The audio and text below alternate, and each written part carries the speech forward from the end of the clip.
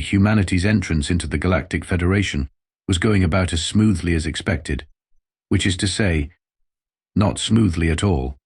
Sure, we managed not to blow ourselves up before achieving faster than light travel, a feat that apparently put us in the top 30% of evolving civilizations. But now we were facing our biggest diplomatic hurdle yet, explaining the concept of pets. You mean to tell me? Buzzed Ambassador Zent of the Arthropodian Alliance, his mandibles clicking in what humans had learned was their equivalent of extreme skepticism. That you capture lesser life forms from your planet, genetically modify them over generations, and then claim to love them while simultaneously owning them as property. Jack Novak, Earth's assistant ambassador to the Federation and owner correction, companion to a 90-pound German shepherd named Maximus, sighed. This was the fifth alien diplomat today who'd been horrified by the concept. It's a symbiotic relationship that evolved over thousands of years, Jack explained, running his hand through his perpetually disheveled brown hair. We provide food, shelter, medical care, and affection. They provide companionship. Maximus, sensing Jack's frustration, nudged his massive head under his owner's palm. Jack scratched behind the dog's ears automatically, a gesture that caused several of the observing aliens to emit sounds of alarm. You control it through physical manipulation, gasped a gelatinous being whose name Jack couldn't pronounce. No, I'm just petting him. He likes it. Look, he's wagging his tail. The assembled diplomatic corps stared at the rhythmic side-to-side motion of Maximus's tail as if it were a hypnotic device.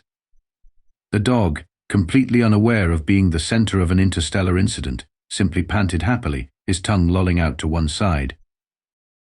Primitive domination ritual, muttered one alien to another, just loud enough for Jack to hear. Actually, Jack started, before the Federation's Grand Moderator interrupted with a call for order. The matter of Earth's companions will be addressed in due time, the moderator stated. For now, we welcome humanity to the stars with the standard probationary status. Jack exhaled. Step 1 complete. Now he just had to convince the galaxy that humans weren't monsters for having dogs, cats, and goldfish. Maximus, for his part, seemed to have already decided that space diplomacy was boring and had settled down for a nap at Jack's feet. 3 weeks into Earth's probationary status, the pet situation, as the Federation had officially designated it, had escalated from diplomatic curiosity to minor crisis. A faction of well-meaning but woefully misinformed aliens had formed the Liberation Front for Earth's enslaved sentience, and had attempted to rescue a Pomeranian from its elderly owner on the newly established Earth Embassy. The resulting chaos involving one yapping ball of fluff, 7 hysterical aliens, and an 80-year-old woman wielding her purse like a medieval flail had made headlines across the Federation communication network. I don't understand why they can't grasp the concept, Jack complained to his colleague, Ren Martinez, as they walked Maximus through the designated Earth flora and fauna section of the diplomatic station. Humans have had domesticated animals for over 15,000 years.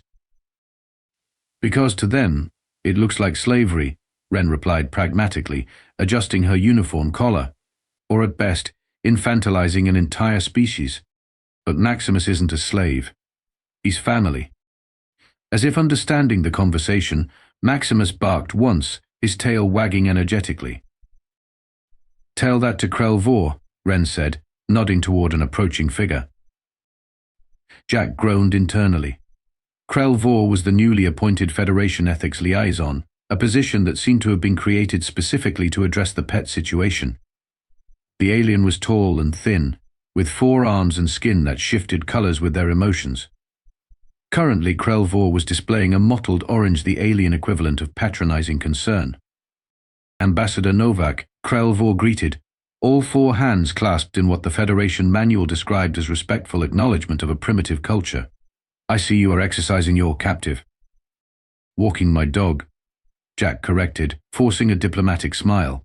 It's a daily activity we both enjoy. Krell'Vor's skin shifted to a dubious yellow. Indeed. And does the canine specimen appreciate the restrictive tether you've attached to its neck? The leash is for safety. Station regulations, Jack explained for what felt like the 1,000th time. On Earth, Maximus has acres to run free. Ah yes, your barbaric planetary surface. How quaint. Krell'Vor bent down, all four eyes blinking in different patterns as they studied Maximus. Does it perform tricks for your amusement as well? Jack counted to 10 silently before responding. He knows several commands that help us communicate. Maximus, sit. The German shepherd immediately sat, looking up expectantly. Fascinating, said Krell'Vor. Their skin now a thoughtful purple, and you reward obedience with, what exactly? Positive reinforcement. Treats, praise, affection. So food dependency and emotional manipulation. How ethically complex. Jack felt his diplomatic restraint slipping. Look, Krell'Vor, dogs and humans co-evolved. They chose us as much as we chose them. Their ancestors were wolves who found advantages in living near human settlements. Over generations, both species benefited. A lovely creation myth, Ambassador. Krell'Vor's skin rippled dismissively. But surely in your enlightened era, you can see that maintaining these creatures in a perpetual state of dependency is problematic. Problematic? Jack sputtered. Have you seen what happens when I pick up his leash? He gets excited. He wants to go out. He has choices.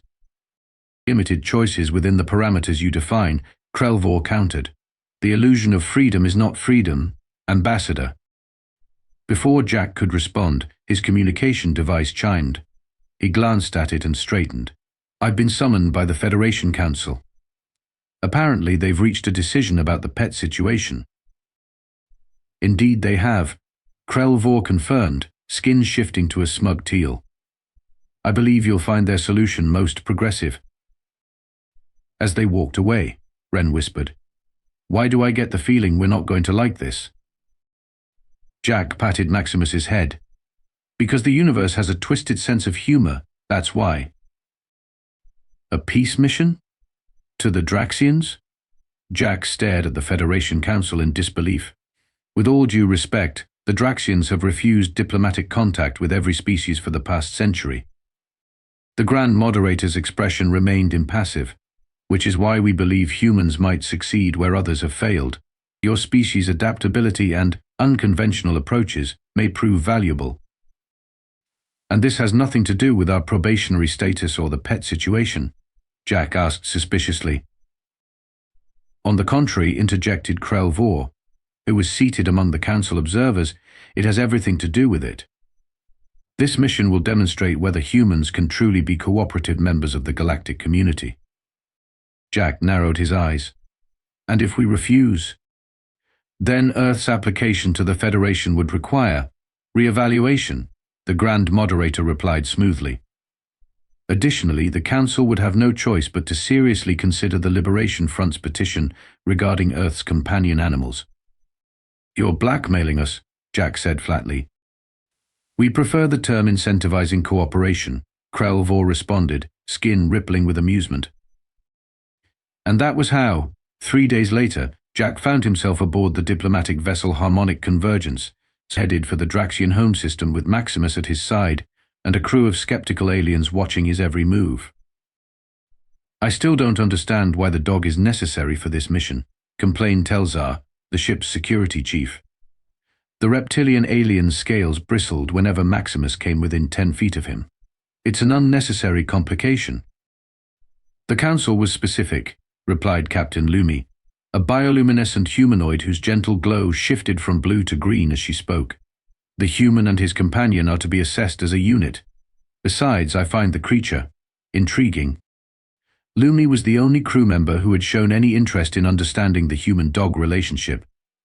She had spent hours observing Jack and Maximus interact, asking thoughtful questions rather than making judgments. Tell me again about this fetch ritual, she asked as they sat in the ship's common area. It seems to serve no practical purpose. Jack threw a soft ball across the room, which Maximus enthusiastically retrieved. It's play. It keeps him active, engages his mind, and it's fun for both of us. Fun, Lumi repeated, as if testing an unfamiliar concept, and the animal genuinely enjoys this repetitive task. Look at his body language, Jack suggested. The wagging tail, the alert posture, the way he brings the ball back and drops it at my feet, asking for more. Lumi's glow brightened with understanding. It's a form of communication. Exactly, Jack exclaimed, relieved that someone finally got it. Krell'Vor, who had been monitoring the exchange, made a dismissive sound. A primitive signaling between primitive species. It will be of no use with the Draxians. Jack tossed the ball again. Don't be so sure. Sometimes the simplest connections are the most meaningful. The ship's alert system chimed, and Captain Lumi's glow shifted to a focused white. We're approaching Draxian space. All personnel to their stations. As they moved toward the bridge, Krell'Vor muttered, "The Draxians have rejected contact with the galaxy's most advanced civilizations. What makes the Council think they'll respond to a human and his pet?" Jack scratched Maximus behind the ears. Maybe that's exactly why we might succeed where others failed. Kishar. Chaos. Sometimes you need a different approach. Different, Krell'Vor hissed. Or desperate. The Draxian delegation was, in a word, terrifying. Standing nearly 8 feet tall with exoskeletons that appeared metallic but were actually biological. They moved with the precision of machines, but the unpredictability of predators. Their multiple eye stalks swiveled independently, taking in every detail of the neutral meeting facility that had been established on an uninhabited moon in their system. "We acknowledge your presence," stated the lead Draxian, its voice produced not by vocal cords but by specialized vibrating plates that created a disconcerting metallic resonance. "Though we do not understand the Federation's purpose in sending such diverse specimens." Jack stepped forward. "I'm Assistant Ambassador Jack Novak of Earth. We're here to—" "We know why you claim to be here," interrupted the Draxian. "To establish peaceful relations. All previous attempts have been determined to be precursors to exploitation." "That's not our intention," Jack assured them. "Your intentions are irrelevant. Only actions matter." The Draxian's eye stalks suddenly all swiveled toward Maximus, who was sitting calmly at Jack's side. "What is this creature's function?" Before Jack could answer, Krell'Vor interjected. "The canine is a subjugated Earth species that humans maintain as status symbols and emotional crutches." Jack shot Krell'Vor a withering look. "Maximus is my companion, my friend." The Draxians conferred among themselves, producing rapid clicks and whirs. When they turned back, their posture had shifted subtly. Jack couldn't read their alien body language, but something had changed. "You claim friendship with a lesser being," the lead Draxian stated, "yet you control its movements and actions." "It's not control, it's cooperation," Jack explained, feeling like he was back at square one with the Federation all over again. "We work together, live together, play together." "Demonstrate," demanded the Draxian. Jack looked at Maximus, then back at the aliens. "What exactly would you like me to demonstrate?" "This cooperation you claim. Show us how you communicate with this creature without domination." Jack nodded and turned to Maximus. "Maximus, shake." The dog raised his paw, which Jack gently took in his hand. The Draxian's exoskeletons rattled a sound Jack would later learn indicated extreme agitation. Physical contact initiated by command. This is not cooperation. This is obedience training, no different from how we program our service drones. "You're misunderstanding," Jack protested, "and Maximus chooses to follow these commands. He's not forced." "There. Then let us test this theory," the lead Draxian suggested, its tone suddenly ominous. It made a sharp gesture, and 2 other Draxians moved forward with alarming speed. Before anyone could react, they had positioned themselves between Jack and the rest of the diplomatic team. One of them extended what looked like a weapon toward Jack. "If the creature is truly bonded to you," the lead Draxian stated coldly, "let us observe its reaction when you are threatened." "This is outrageous," Captain Lumi protested, her glow flaring bright red with alarm.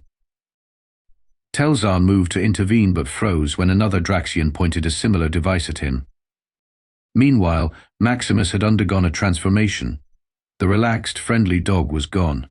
In his place stood a vigilant guardian, hackles raised, eyes locked on the Draxians threatening his human. A low, continuous growl emanated from his throat, a sound Jack had rarely heard Maximus make. Fascinating, the lead Draxian observed. The creature appears to be engaging its defensive protocols. Those aren't protocols, Jack said carefully, keeping his voice calm despite the danger. That's loyalty. The next few moments unfolded with the chaotic inevitability of an avalanche. Loyalty is a programmed response, the lead Draxian stated dismissively. We will now escalate the threat to measure the extent of this programming. The Draxian with the weapon took a step toward Jack. Without warning, Maximus exploded into action. 90 pounds of German Shepherd launched through the air with a ferocity that stunned everyone in the room. The dog's normally friendly demeanor had vanished completely, replaced by the protective instinct of an ancestor that once faced down wolves and bears to defend its human pack. The Draxian, despite its superior size and exoskeleton, was caught off guard by both the speed and directness of the attack. Maximus clamped his powerful jaws around the alien's weapon arm, the pressure causing the device to clatter to the floor. "Call off your attack organism," demanded the lead Draxian, as its companion struggled with the unexpectedly formidable Earth predator. "Then back away from me," Jack countered, finding his diplomatic restraint had evaporated in the face of the threat. "Nobody threatens me or my dog." The room had erupted into chaos. Telzar had drawn his own weapon, Lumi was attempting to establish communication with the ship, and Krell'Vor was pressed against a wall, their skin cycling rapidly through patterns of shock and fear. "I thought it was a non-sentient companion animal," Krell'Vor wailed. "Not a combat unit." "He's not a combat unit," Jack shouted over the commotion. "He's a good boy who happens to be very protective." The Draxian that Maximus had engaged managed to free itself from the dog's grip and retreated, its exoskeleton showing visible teeth marks. Maximus returned to Jack's side, positioning himself between his human and the perceived threats, body tense and ready to spring again if necessary. What happened next surprised everyone, possibly even the Draxians themselves. The lead alien made a series of clicks and whirs, and its companions immediately stood down, weapons lowered. "Interesting," it said, eye stalks now focused intently on Maximus. "Your companion species displays remarkable combat effectiveness, despite its small size and apparent lack of natural weapons." "That's not the point," Jack began, but the Draxian continued. "More significantly, it attacked only when you were directly threatened, showing tactical restraint. It did not seek to kill, only to neutralize the immediate danger." Jack blinked, struggling to follow the sudden shift in tone. "Yes, Maximus is protective, but he's trained not to use excessive force. And you claim this behavior is not programmed, not the result of genetic modification or neural implants. It's the result of thousands of years of co-evolution, mutual trust and bond building," Jack explained, cautiously lowering his guard as he sensed the confrontation de-escalating. "Humans and dogs have been partners since before we built cities." The Draxians conferred again, this time in more measured tones. When they turned back, the lead alien made what appeared to be a formal gesture. "We have misjudged. The relationship between your species is not one of master and slave, but of genuine symbiosis. This changes our assessment." Jack felt diplomatic possibilities suddenly opening. "That's what I've been trying to explain to the Federation for weeks. Humans and dogs chose each other. We're better together than apart."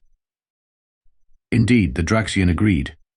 "We observe that this Maximus fights not from fear of punishment or programming, but from what you call loyalty. A concept we had dismissed as Federation propaganda." "Loyalty is real," Jack said, "and it goes both ways. I would protect Maximus just as fiercely as he protects me." The lead Draxian's eye stalks tilted in what might have been contemplation. "Perhaps we have been too hasty in our rejection of Federation contact. If there exist relationships based on mutual benefit rather than exploitation, there may be value in further discussion." "So let me get this straight," the Grand Moderator said, mandibles twitching in what Jack had learned was an expression of extreme disbelief. The Draxians, who have rejected all diplomatic overtures for a century, have agreed to formal relations with the Federation because of a dog. Jack shrugged, scratching Maximus behind the ears as the German shepherd sat contentedly at his feet in the Federation Council chamber. They were impressed by the authentic loyalty between species. Apparently, the Draxians have been rejecting contact because they believed all Federation species ultimately sought to dominate others. Ironic, muttered Wren from beside him, considering they were ready to threaten an armed diplomat. They call it testing with maximum efficiency, Jack explained. Their culture values direct evidence over diplomatic niceties.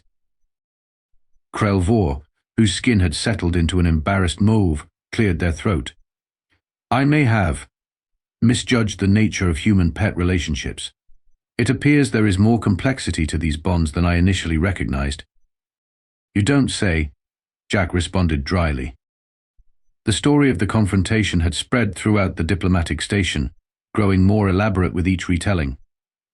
In some versions, Maximus had single-handedly fought off an entire Draxian assault team.